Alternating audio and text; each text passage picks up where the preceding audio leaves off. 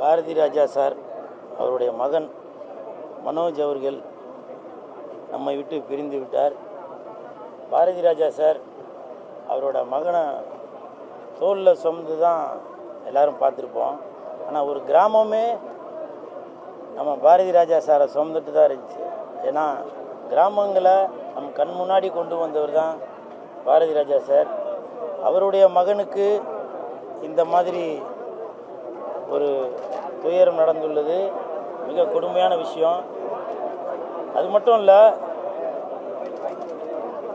நேற்று எனது நண்பர் எனக்கு ஃபோன் பண்ணி சொன்னார், இந்த மாதிரி நான் மனோஜ் இறந்துட்டாராம் அப்படின்னு. எனக்கு நம்பிக்கையே இல்லை.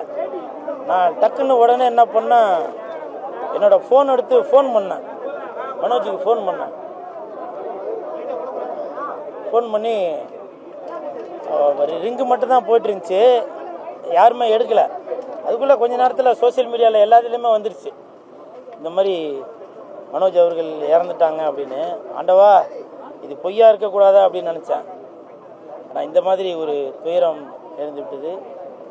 எனது நண்பர் மனோஜ் அவர்கள் ஒரு வெள்ளிக்கிழமையும் எனக்கு ஃபோன் பண்ணிடுவார், கூட இன்னைக்கு என்ன படம் பார்த்த, எந்த படம் நல்லாயிருக்கு அப்படின்னு சொல்லி கேட்பார். சிகப்பு ரோஜாக்கள் அந்த படத்தை மறுபடியும் ரீமேக் பண்ண போகிறேன், அதில் உனக்கு ஒரு மெயினான கேரக்டரு, நான் அது கேரக்டர் யோசிக்கும் போதே உன்னை பற்றி தான் யோசித்து வச்சேன், கூல் சுரேஷுக்கு இந்த படத்துக்கு அப்புறம் வேறு லெவலில் போயிடுவேன் அப்படின்னு சொல்லி சொன்னார். அதெல்லாம் இன்னமும் எனக்கு அப்படியே கண்ணு முன்னாடியே ஞாபகம் வந்துட்டுருக்கு. 1999 நான் சிங்கப்பூரில் இருக்கும்போது தாஜ்மஹால் படம் ரிலீஸ் ஆச்சு. திருப்பாச்சி அருவால தீட்டிக்கிட்டு வாடா வாடா, சிங்கம்பத்த புள்ளைன்னு தெரிய வைப்போம் வாடா வாடா அப்படின்னு அவருக்கு அந்த பாட்டு.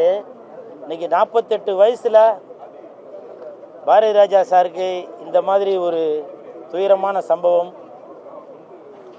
அப்புறம் இன்னைக்கு காலையில் கூட தமிழக வெற்றி கழகத்தின் தலைவர் விஜய் சார் மனோஜ் அவர்களோட இறுதி சடங்கில் கலந்துட்டுருக்காரு, வரவேற்கத்தக்கது. ஆனால் சில பேர் இதை அரசியலாக்கிட்டாங்க.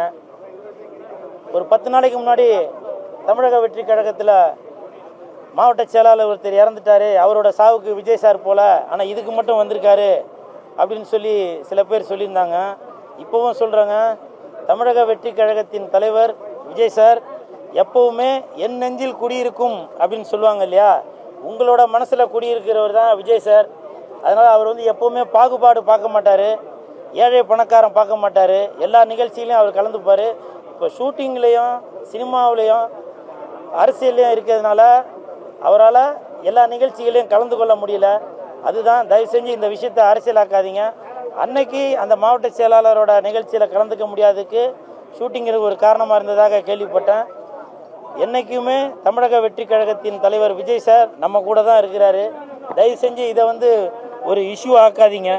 அதே மாதிரி மனோஜ் அவர்கள் எந்திரன் படத்தில் ரஜினி சார் டபுள் ஆக்ஷனில் நடிச்சிருப்பாங்க. இன்னொரு எந்திரனாக நடித்தவர் நம்ம மனோஜ் அவர்கள் தான்.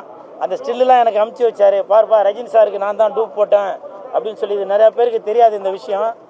எந்திரன் படத்தில் ரஜினி சாருக்கு எந்திரனாக நடித்தவர், அதாவது டபுள் ஆக்ஷனாக வரும்போது அதை நடித்தவர் நம்ம மனோஜ் அவர்கள் தான்.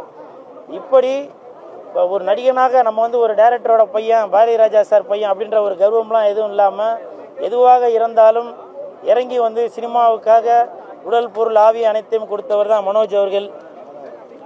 அவர்கள் இன்று இல்லை அப்படின்றது ஒரு பெரிய துயரமான சம்பவம் தான். அவரோட ஆத்மா சாந்தி அடைய